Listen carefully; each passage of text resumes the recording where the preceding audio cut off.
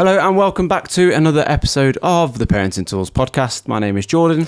And my name is Jason. This is the podcast where myself and Jordan talk about our lives as dads. Ups and downs, roundabouts, funny stories, emotional stories.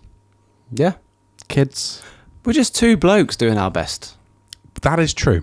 to stay afloat. Yeah, and awake. And away.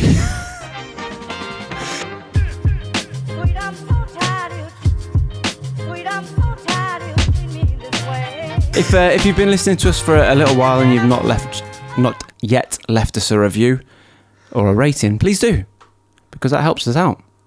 Do you know how I've found out how that actually helps us out? Good, because people say it all the time. People say it all the time. How does it help us out? The podcast charts. The charts. You can go up, you can go up in the podcast charts if people review and rate you. So yeah, please do leave us several reviews. Yeah, I think you can only do one. Get someone else's phone. Fake account. Honestly, I'm all for it. Just leave us a nice one. Jordan, this episode we're joined by a guest. We have got a guest. Yeah, we've got joining us today on the pod, Lisa. Lisa Whitley. I've known Lisa. It's funny when you think about it. I've known Lisa since I was about 18. Wow. I went to Lisa's church for uni. Not for uni.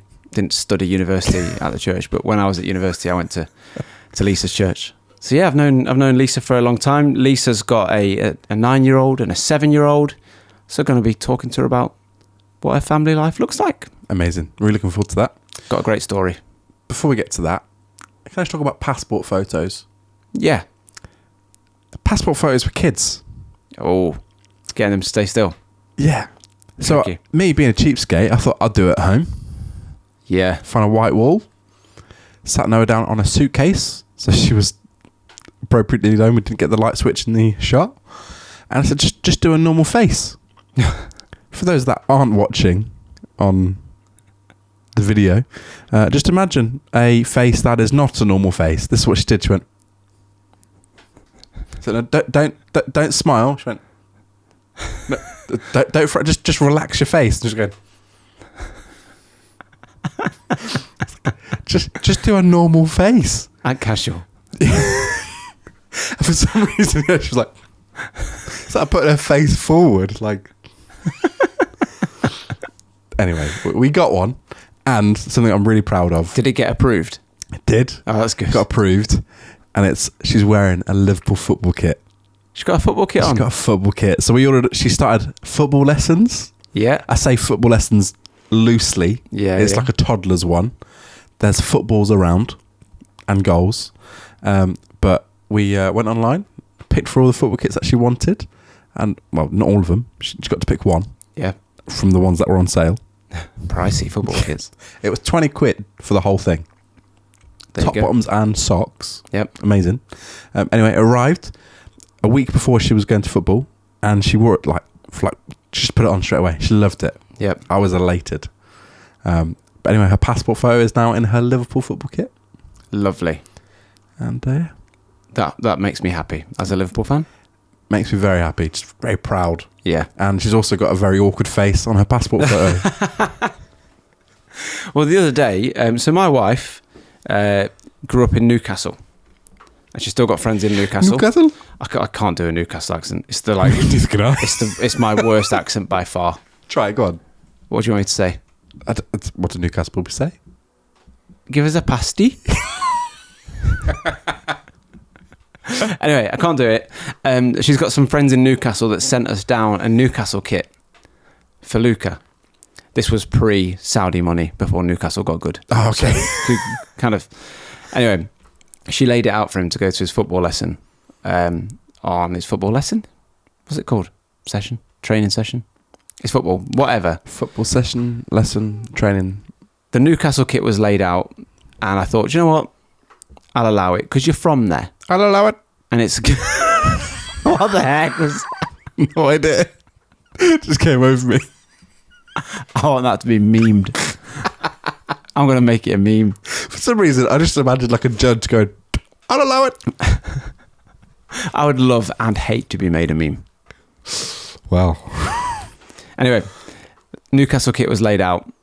In the morning, he comes down in his Liverpool kit. Nice. I was so proud. Well done. Yeah, I was so proud of that. So yeah, there we go. Little proud dad moment The there. only thing I'm upset about with Noah's football kit choice, it wasn't the red one. It was the jazzy one. It's the white one with lines all over it. Too jazzy. And she didn't even. I liked the red one. There's a purple one which I wanted her to get, and I did that thing when I was like, "Oh, you can pick any of these. What about this one?" And she went, "No, I want that one." I was like, "Oh, but what about this one?" I genuinely must have tried it about 20 times before I gave in, and was like, "She's never gonna want the one that I want." I'll allow it. I'll allow it. That really took me by surprise. That did. With a common occurrence that's happening in our house at the moment is the making and baking of cookies and cakes.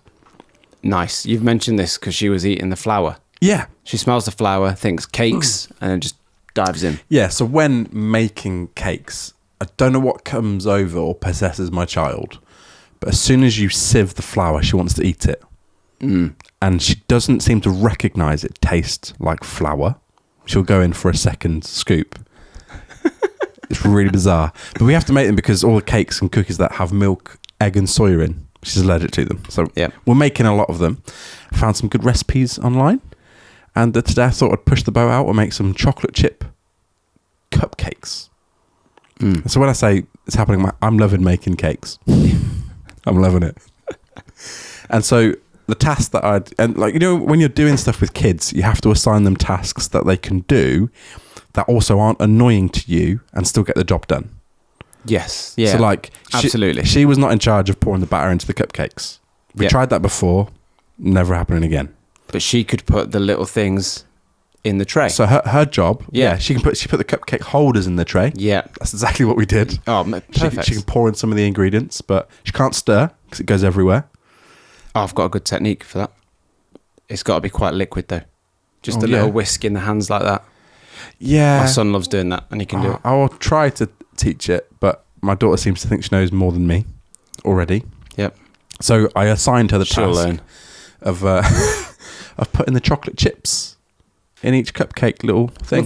Lovely I'd already task. put the batter in, put 3 or 4 little ones in each cake holder. And I made the mistake that all parents make. I stopped paying attention. I started doing some washing up. Hasn't got to be for long, has it? And it was fully intentional. She poured the whole pack into one. Boom. And I just left it like it. How did it turn out? Delicious. I knew which one I was having straight away. Sounds like she does know better than you. But all I can say is I think I could open a bakery. It would fail, but I think I could do it. It wouldn't be a good one. No one said it would be a good one. We could make one type of cookie and one type of cake. Yeah, there you go. What more do you need? Exactly. Well, I was making pancakes with my kids the other day and they like to help. And now both of them like to help. So my son tapped the egg on the side of the jug and then passed it to me and I cracked it in. My daughter tapped the egg on the side of the jug and just squeezed it. That's brilliant. And I could see it happening. It was like slow motion. When she didn't immediately pass it to me, I thought, she's just going to squeeze this. So I quickly put my hand out, managed to catch most of the egg. But dear me. And then she just starts crying because there's a bit of egg on her. When you're doing activities with kids, like when you're doing planned activities with kids, I can usually cope with a bit of mess and a bit of chaos. Yeah. This was an activity we said we would do and the day was running out. We had to squeeze it in before I had to make dinner. So there was not a lot of room for chaos or mess. Yep. And so it was probably not the funnest. It's just what happens there. It's just what happens there. Militant cake making. There'll be no fun had. I won't allow it. I won't allow it. So sorry. Oh, Lisa, rescue us. Let's speak to Lisa. Well, hey, Lisa, welcome to the podcast. Thank you so much for coming on. Hey, yeah, welcome. Thank you. Usually we start off with the basic question of who are you and what have you got? So I have 2 children. I have Miles, who's 9, and Edith, who is about to be 7. Oh, amazing. 9 and 7. So we're at we're still preschool age. Well, my son's just started school. Right. What's it like having a 9 and a 7-year-old? I love this age. The older they're getting, the better it's getting. Like I see friends now who have like 3-year-olds or who are like just coming into like the naps, like coming out of naps or all of that. And I'm like, I don't miss that at all. Like, I am so pleased I'm not wiping anyone's bum. I'm not like having to do any of that anymore. They're much more independent. You can have a much better chat with them. Too much chat sometimes. Too much chat. But this is great. This is great. From about, I'd say for me, it was like 4, 5 up. Took a good and then I was like, right. I like this. I like you now. That's good. At what age do they stop hiding things in like the washing machine and in random places? When does that stop?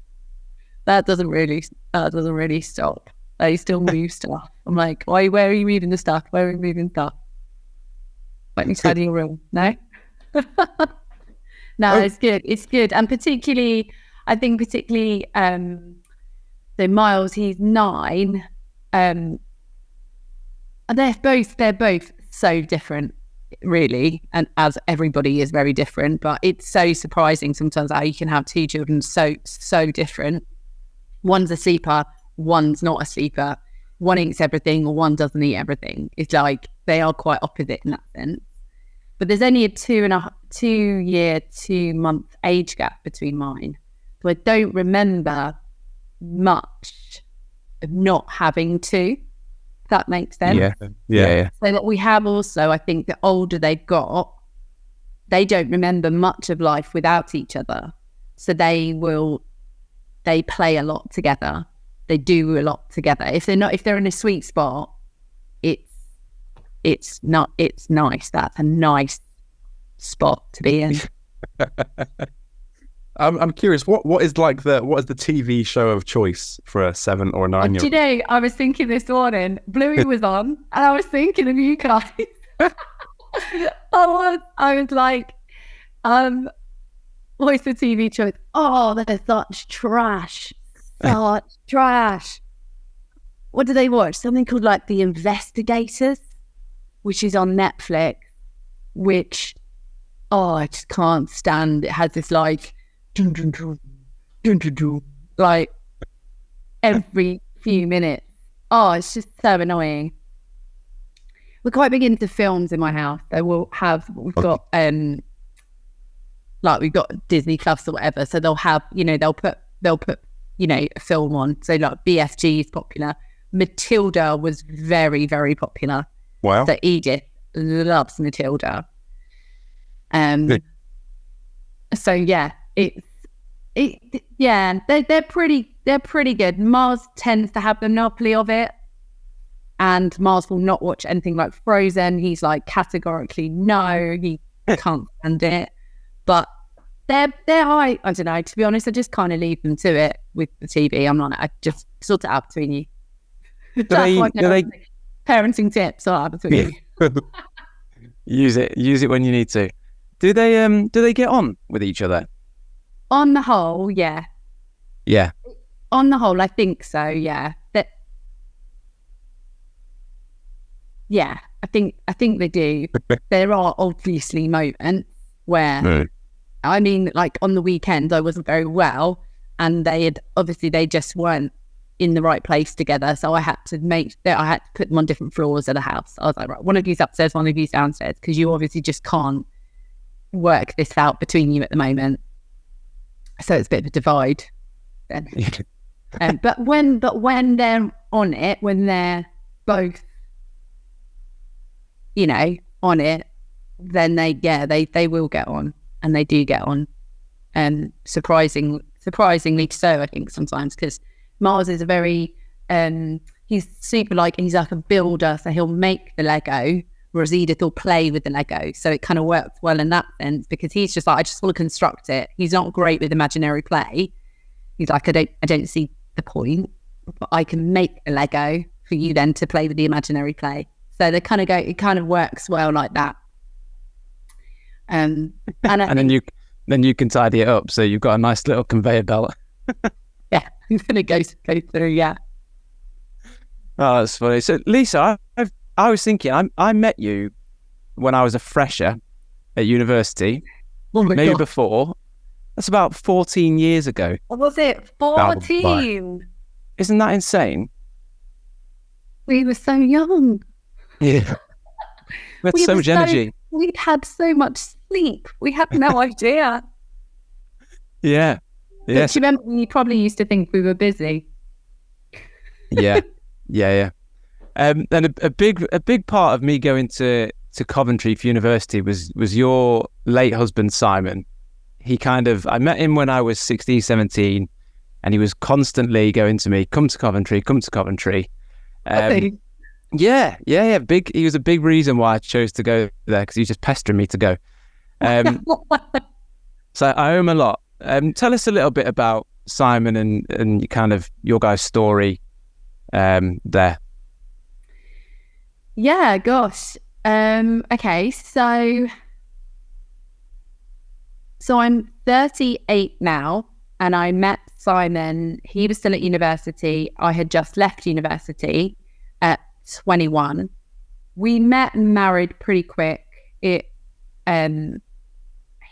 was training to be a pastor of a church, and he through some mutual friends, we met and we married, and then our first placement, his first job was in Coventry. So that's why we were then in Coventry.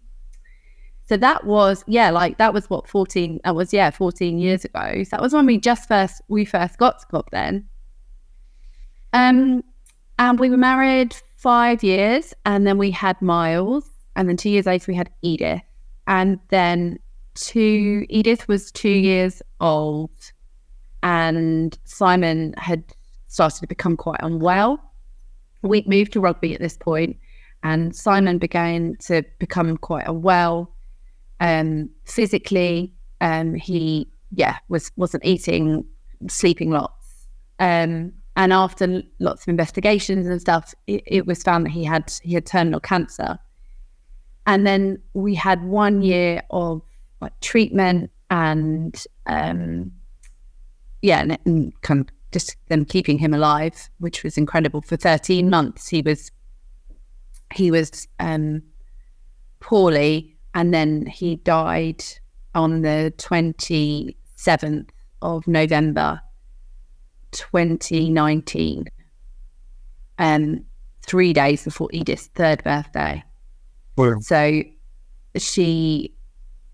and then it's 2 days later is Simon's birthday. So I have a week in the year where I have Simon died, Edith's birthday, Simon's birthday that week. So that then meant at 20, I think, I was 34. So that being coming up to 4 years ago now, at 34, I was widowed with 2 children. Mars was 5, and like I say, Edith just turned 3. And then the timeline of events was 4 months later was lockdown.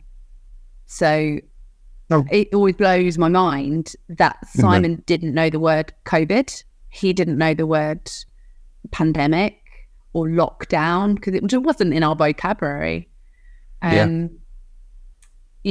was so grateful. I was able to go to all of his treatments. I was able to, be in the hospice and be everything. I didn't work during that time at all. I was there for everything. And if it had been, 4 or 5 months later, it would be a very, very different story. So we were married 10 years. We had a big party on our 10th anniversary in my parents' house down in London, and that was incredible, with gorgeous family and friends. He really wanted to make our 10th anniversary. He also really wanted to see Miles go to school. It was a really big deal for him to see him go to school, and he managed both of them. I love that you guys both knew Simon, so he's not he's not a stranger to either of you. And he was a very determined, very driven, very incredible person. I miss him a lot. Yeah, he was. No, he was brilliant. And like I said, you know, at the time you don't realise the impact someone will have on your life, but him like encouraging me to go to Coventry University, you know, I've still got friends, some of my closest friends from that time, you know, so like it's funny the impact that it has, and my career's panned out because, you know, I went there and I did that course and all that kind of stuff. So yeah, I'm really grateful to him for all those kind of things. But how was it as a mum then, handling all of that? Now, we touched on explaining death to kids last week, but not really in detail. And how do you go about parenting through that? Well, I think, I don't know. It's only in my experience, of course, like and how we managed it as a family, I suppose. A lot of it, I suppose, is like child kind of appropriate language. Right. Like I remember, for instance, so Simon really wanted the kids at the funeral. So he had said, I really want the kids at the funeral. And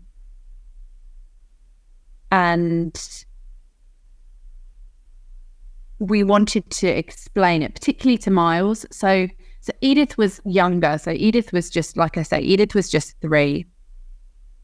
And it's not that she just wasn't as aware as a 5-year-old. So Miles was much more aware. They both came to the hospice just before Simon died. And Miles has much more vivid memories around that. And I think he was much more aware of what had happened. But I'm not sure Edith is much more of a photographic memory. Yep. I think what I've always kind of gone with is honesty. And there's a lot of literature and a lot of support out there. And I remember speaking to like the palliative nurses about it, of like using like the correct language. So saying somebody has died, not saying somebody has passed away. So like I'll give you, for instance, we have said, because of our beliefs, we have said that Simon's in heaven. But, you know, that was after we talked about that he died. I remember one of the first holidays we went to was in Devon. And I said to Edith, well, we're going to Devon. She said, heaven, we're going to see Daddy in heaven? And I was like, what? No, we're going to Devon. They sound very similar, babe, but they're very different places. Oh, bless her. Well, so yeah, I think explaining things as much as I could to them was helpful. So like my gorgeous friend, she actually put like a PowerPoint presentation together, because she's a teacher, for Miles, to run through the funeral day for him. So like there'll be lots of people, they'll look very sad, then there'll be this kind of car, then there'll be a coffin that will look like this, then you're going to go to this building, the crematorium, there'll be more people there, then there'll be flowers, you know, and just kind of like explained it. One of the hardest things I found to explain to the kids was cremation, because if you start saying like you're going to burn someone's body, it's actually really morbid. It's too much. Yeah. So we talked about that as a family actually, and we just talked about like we still call it now daddy dust. So in terms of like I think it was actually my mother-in-law who was like, you know, the leaves on the trees, they disintegrate and they kind of decompost, is that the word? And bodies do that over time as well. And that's what's happened to Daddy's body. And now we're going to scatter Daddy's dust where he's asked us to, so we can remember him in that place. So that kind of, not scary language, but also being aware, isn't it, of like how you say things, but being truthful. I think I'm a pretty truthful parent. I think when you've had to explain to your children that their daddy is very, very unwell, and then I think it's the hardest conversation I've ever had, and probably hope to ever have, was when I told Miles he died in the morning, and using that word "died" rather than, like I say, passed away, gone to heaven, because it can get confusing. But we had some books that had been shared with us. The books have helped. Like, I've got kind of like, we have The Invisible String, which is a great book. There's some other books that we've got. I can share with you, actually, put it on like some show notes, like just some really good books about remembering people when they've died, and that their memory then lives on in you. So we've always been really, and we talk about Simon every day. We talk about, Daddy every day. There's not a day that goes past that, Miles won't pray for Daddy, or pray or talk about him, or will remember him in something. And I've always been very like, it's not, it's not a dirty word. You can always talk about him. He's still alive in us. He's in our hearts, and we kind of talk in that sense, really. I can't remember your question. What was it? How do you parent through that with honesty? Just parenting through that, like, because parenting with two parents present is tricky. Yeah. At the best of times, and you've just mentioned that you've had a cold, or you've been ill, you've had COVID. Yeah. And it's like, it's it's really hard when you're ill and there's two of you. It's hard when you're ill and there's one of you, but then you've got the whole grief element as well going on. I just admire you so much, really, for spinning all those plates. I think that, thank you. I think in a really weird way, COVID, like, because it hit, like I say, 4 months after Si died, there was a bit of like, it's just, you're just going to have to get on with this. Like, no one's allowed in. No one's really allowed out. Like, the three of us have got to work this out. But I did have a lot of therapy, particularly that first year, that helped, because I had that year that Simon was unwell was so traumatic in so many ways, of, just the whole chemotherapy, and anyone who's experienced or been near anybody that has had cancer treatment will be well aware it's just so horrific. And so I had a lot of therapy that year, for a lot of the PTSD really around that, because I'd had so many flashbacks. But I remember thinking, even quite soon after Simon died, and I was feeling quite anxious about stuff. I'm not even sure whether COVID had hit yet. And I just remember thinking, I have got to be okay. I have got to be okay for these children. So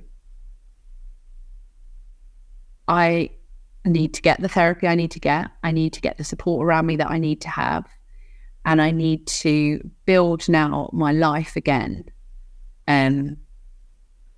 So that these kids will be all right, or I'll give them the best chance at being all right. And I just kind of, I suppose, threw myself into that, really. One of the things was like fitness. I was like, okay, if I can't get to the gym because of COVID, or I can't get to the gym because, you have two kids at home and one, you have to have an adult here. Okay, right, I'm going to get a bike so I can cycle in the front room. So I remember like setting up one of Simon's bikes on like rollers, just like, oh, what was I doing? But I was like, I need to exercise. Yeah. So, and I still do that now. It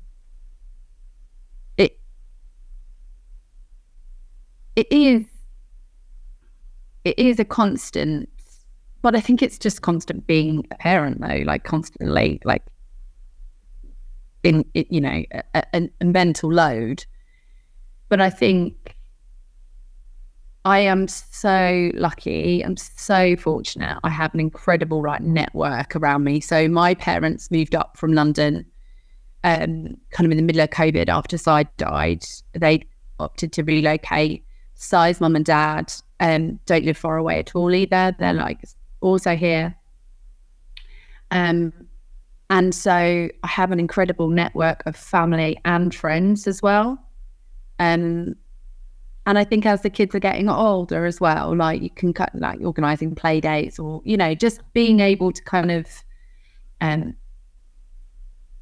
say, oh, can you watch Miles while he's at church, or, what I mean? People don't mind, and people are kind.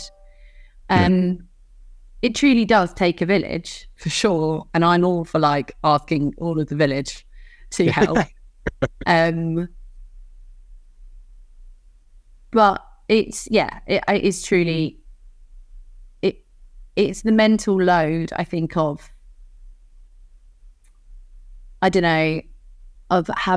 your kids' kind of emotional well-being on your shoulders, I think, as well. Whereas maybe at the end of the day, you chat as parents, or they had a meltdown today, or, I wonder what's going on with them at school. For me, it's the sting comes. I have sting points, I call them, kind of throughout the year. There's lots of them, but things like first day of school. So Edith's first day of school was really Simon should be here. And that happens pretty much every year, because they're starting a new school, and you've got the pictures and everybody's there with their parents and parents' evening as well. It'll just be me and the kids. School plays and stuff. But I mean, the thing is that, like I say, I've got grandparents. They're always welcome. Their generosity of time as well. They see the kids regularly in the week, and they enable me to live and to have the life that I've got now. I definitely see that and know that. So it's not. I'm really fortunate. It's not all on me. It is, but it's also not. I feel incredibly supported, and I know that I wouldn't be able to do what I do, work how I work, see my friends, parent how I parent, if I didn't have them around me, for sure. Genuinely, it's just, I think Jordan said, I'm genuinely in awe. Just even, again, I remember at the time when Simon was poorly, and I remember just the emotions that we felt as well, and it was and to then add on to that, being a parent, honestly, just, I think you've done incredibly. And like you said, it's ongoing, it's ongoing, and parenting is ongoing, but not in the same way. I just think that's incredible. And I think I really liked how you were saying that not a day goes by that you don't talk about him, and I think that's really helpful, I think, as well. Really helpful and really healthy, that actually to process that properly, you have to be able to, like you said, it's not a dirty word, let's remember him well. And I just love that. Absolutely and because it's they say with children, it's every new stage they enter, they grieve in another way, because their mental understanding, again, of grief and of loss, of absence, their awareness is changing all the time. Edith said to me only the other day, she said, you have more memories of Daddy than I do. And I was like, well, I am a bit older than you. But then she said, well, Miles does too. I don't remember him like you do, and that's not fair. And I was like, it's not fair. And just holding that with her, I can't fix it. I realized very early, I cannot fix their grief. I can't change it. I just can't. I just can't. But I suppose through the therapy iPad, it's now allowed me to have that like larger capacity to kind of be able to hold those and validate that emotion. Because kids they're so in the moment. Like she can be distraught about that moment, and then it will move quite quickly into, right, I'm going to go and play with my Barbies. And off she goes. And I'm kind of less like, oh, I know you don't, but I surrounded your room in pictures of your daddy so you can remember that. Here's a picture of you here with him holding you. And, but they do change. They do move through their emotions. And I think it's like adults as well, but it's just important to be able to kind of like hold and validate them really. In those times, it's not all easy, and I've always been really, really like pro them talking, and not always just to me either. Talking to other people, talking to professionals if need be, talking to parents, talking to grandparents, and anyone really, because I think it's kind of at the beginning of our generation, like it's our generation's almost responsibility to bring up the next generation that are able to talk about their emotions so freely. Well, and to be able to name those emotions. There's a lot of emotions often in our house, just due to there being a lot of emotions. And so I think I've tried to kind of keep the ability of validation and naming of those emotions like at the forefront, so that we're not sideswiped by them. It's like, no, actually you're showing me anger, but actually you're sad. Okay, let's talk about the sadness, rather than just shout because you're angry. I don't know. We make it up as we go along, don't we all? Yeah, don't we all? But don't we all? And hope that everyone's all right by the end of the day. Yeah. Try to keep the injuries down to a minimum. That's I love bedtime. I'm like, yeah, bedtime. You have some of those days, don't you, where you checking the clock, you're like, can't wait for bedtime today. I'm all bedtime. I think even like last night, I was like, kids, when you go to bed, I'm going to bed as well. Okay? That's it. Yeah, 100%. Oh, that's brilliant. I'll tell you what as well, good on you doing lockdown with a 5-year-old. Homeschool, man. Woo! Homeschool. Wow. Oh, I've never Googled stuff so much in all my life. And I was trying to work, and it was, I just got back to work as well after not really being around for like a year. And yeah, I mean, I did because I'm a key worker, they were able to go in for a few days a week. But even now, me and Miles find it really difficult to be on a laptop or on a computer together trying to do any kind of work. Like we still even look at each other like this is like lockdown days when we like can't do this. Yeah, I do. I'm not sure what he learned that year, if much. He's caught up now, I think. But we were, yeah, it wasn't. Edith was more preschool, so she continued to play. To be honest, I don't know whether I do remember. It sounds like a lot of like amnesia, but I think it's just, I don't know. I think a lot of people might have from COVID, because it was just a survival mentality, wasn't it? It was like, well, we've just got to kind of survive this. Because I look back on lockdown with like really positive memories. Yeah, I really. So we just had Luca, and he was 6 months when we went in, 7 months. So he was really manageable, and it was just a one, and there was a 2-to-1 ratio. There was no homeschooling. He couldn't speak. He couldn't tell me to go away, all that kind of stuff. So I look back on it with really positive memories. And we were talking about this at work recently about, what would we do if they had another lockdown? And my initial thing was, I'd love it. And then I thought, no, I wouldn't. Not now. Not now. There's 2 of them that are very active, and homeschooling would play a part and all that kind of stuff. It's the homeschooling and just the activity levels. Like we're quite lucky where we live. Like I've got a lovely garden and we've got like local woods and stuff. So I remember doing like yoga in the garden.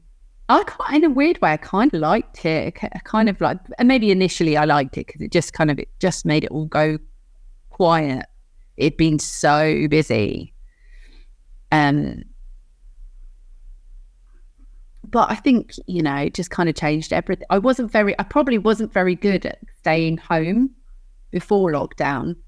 And that used to be, like with me and Si, I would be like, no, I just want to have like a chilled weekend. And I'd be like, no, let's do this. And he'd be like, I really just want to like chill. Whereas now I'm like, I don't mind staying home now. I'm like quite all right about it. And I think lockdown did that. It like enabled me to kind of be like, it's okay to stay home.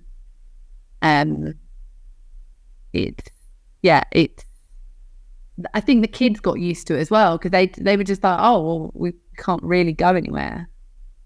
Trying to protect them as well, wasn't it? It was trying because you didn't want to.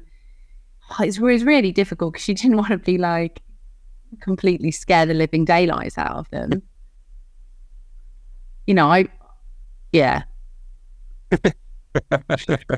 So you guys had a time of it then, side passing and then lockdown kicking in. Still like life, because life looked different for everybody, but for you it certainly looked very different. Yeah, and it makes it come to the surface of like, okay, so what do I value now? I think there's a definite, for me, there's a definite like before Simon died and an after Simon died. Say, don't they, like you live two lives, and the first life you live, and then the second life you live when you realise you've actually only got one life. Like I can't remember the phrase, but I think Simon dying made me realise nothing's guaranteed. It challenged everything. Every single area of my life was thrown in the air and questioned. And when it all kind of came patting down, I was like, right, how do I want to rebuild this? Where are my foundational blocks going to be? And where am I going to put my energies in? Where am I going to put my finances in? How am I going to build? How am I going to rebuild? And I suppose I think a bit of lockdown, because you couldn't get distracted on anything else. There was nothing I couldn't use distraction. So I just wanted to fly away. You see, I just wanted to book plane tickets. Like I remember just wanting to just leave, run. And the lockdown stopped you doing that. Which was good actually, because I wasn't ready. And I think when stuff started opening up and we did start going away, my confidence grew. And now like that is very much my very much like a really high priority of mine, is to like travel with the kids and to see stuff with the kids and go places. And like I took them to LA in April to see some friends. And I'm even like, you're crazy, Lisa. Like what? Like you took how old were they? Like 7 and 5-year-old to LA on like 12-hour flight just on my own. And I say it out loud and I'm like, wow, but we had a great time. We really did. Like it wasn't without his tears from everyone at one point. Like we pretty much got there and Edith had an ear infection. And I just remember kind of feeling like I'm about to navigate the American healthcare system. Okay, do you take American X? Like, we do. I was like, oh great, okay, well I'll just pay this problem away. And my endurance was that. But like we had such fun, like the three of us in LA, like on Santa Monica Pier. We met people, like then I saw my friends, like it was brilliant. It was so good. And I don't know, like there is a part of me that constantly is like, you're like, you do push things kind of to the limit a bit. But then a big part of me also is like, well, you really only have one life. Like, don't wait, do it. There's no guarantee here that next year or when you're 40 or whatever. Like, I very much, it's this constant kind of tension I live in of like wanting to do everything now and also kind of needing to work and pay bills. It's like I saw this thing the other day, and it cracked me up. I shared it with like all my friends at work. Said like, I used to want a career, but now I don't want a career. I just want a job that pays for my plane tickets. Like, that's me all over. Like, I just want to buy plane tickets. But it's less of a run now. I've had to really work on like, Lisa, you can't just run away. Like, think about this. But the kids are really up for the adventure as well. And now I know we can do it. I'm kind of like, sometimes I just think, well, either they're annoying at home or they're annoying on a beach. Yeah. I know where I'd rather be. So. This is what I mean though. Like, I'll avoid taking my kids to Aldi, never mind LA. Yeah. If I can avoid it, I will. See, I'm all for like, see, stuff like that. Like, I just pay the problem away. Like, I don't like, if I can avoid it, I don't go supermarket shopping because I spend so much more if I'm shopping like on the go. So if I do it online, so I just do online shopping. I have a cleaner that helps me loads. Like, I just kind of had these things that make my life easier. And I think that was probably from diagnosis year, like with stuff being so tough, me and Si would often be like, look, what's going to make life easier right now for us in the way that this works? So cleaner. I was like, a cleaner will help. So I've had a cleaner since like then. And then, yeah, like I'm fortunate enough to be able to kind of, you know, organise and logistically organise my life so that it will hopefully run a little smoother. Sometimes it obviously messes up, but I think almost like you're the only one with all the logistics in your head.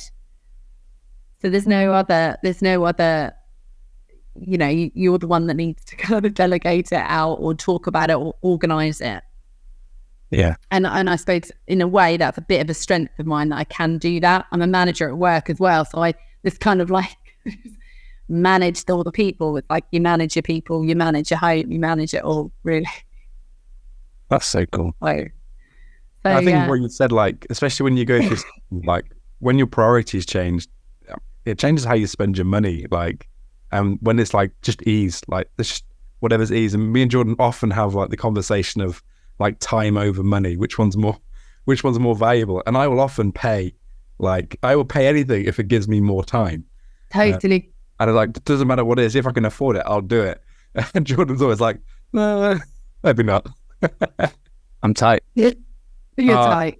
Honestly, I genuinely, I could just sit and listen. I think you're incredible. And I think, you know, even what you said, I think will be really helpful to a lot of people as well. We have kind of one question that we usually ask before like we round up, which is, do you have like one nugget of parenting wisdom to share with the world? Do I have one? I think you're raising me down. Oh yeah, I did, because you told me about this. And make the memories and take the photos, but make sure you are in the photos. So often we're taking pictures, you know, you got your phone and you're taking pictures of your kids, but get in the camera, because the pictures I have of Simon and the kids are like gold. Like, they're the precious ones. And also it shows your kids you were there. Because I think often, like, well, he did say, you work all the time. I'm like, no, I don't. I was here. It's like, proof. No, I'm proof. This is good childhood you're having. So here you go. This is proof. Make the memories, book the holiday. You won't regret it. Even if it's just, I remember like we went for like a couple of nights, I think like 2 months after Si died, I was like, I just need to know I can take the kids away on my own. And I booked it before lockdown happened. There was rumours of it, but I was like, we'll just go. And we did it. And I was just like, I'm not ever going to regret just doing it. Like it'll be all right. And it'll be all right. And it is all right. And I think, I don't think you should let fear really hold you back. Obviously, all within reason. But you won't ever regret spending quality time with your kids. As much as they drive me mad, like, trust me, they drive me mad. We're better when we're out of the house, when we're doing something together. So like this weekend, I'm actually quite excited. Me and Miles are going to Harry Potter Studios. I've had to do my homework for this. I've had to watch all 4. Well, I've had to watch the 4 films because I couldn't manage the rest. He's so excited, and it's just me and him. And I love that when it's one-on-one. And then for Edith's birthday, we're doing Matilda the musical because she's so into that. Just again, one-on-one. And it's like, rather than the plastic toys, it's like, let's do experiences, let's do memory making. And that's the kind of new era we're going into, rather than, I want this Barbie dream house or whatever. Absolutely. So yeah, that would be my wisdom. Take photos, do the things, take the photos and do the fun things with your kids. Because Miles reminded me the other day, he's like, I'm halfway through my childhood. I was like, are you? He was like, yeah, I'm 9. And when I'm 18, you told me I'm an adult. I was just like, wow, you're right. Yeah. All right. I said, it's not all it's cracked up to be, though, being an adult. So don't look forward to it too much. Next thing, you're cycling in your living room. It's like, exactly. And he's like, this is the best thing in the world. Yeah, I was like, yeah. And then I said, you're going to have to pay me rent. He was like, oh. I was like, yeah. Oh, that's so good. Lisa, thank you so much. It's been brilliant. My cheeks hurt from just smiling, listening to you speak. So thank you for listening to another episode of the Parenting Tools podcast. If you want to send us a message, or if you want to send Lisa a message via us, you can do at Parenting Tools Pod. And do not forget to register for your IKEA tickets on the website, links in bio, all that kind of thing. Lovely. Smashing. See everyone next week.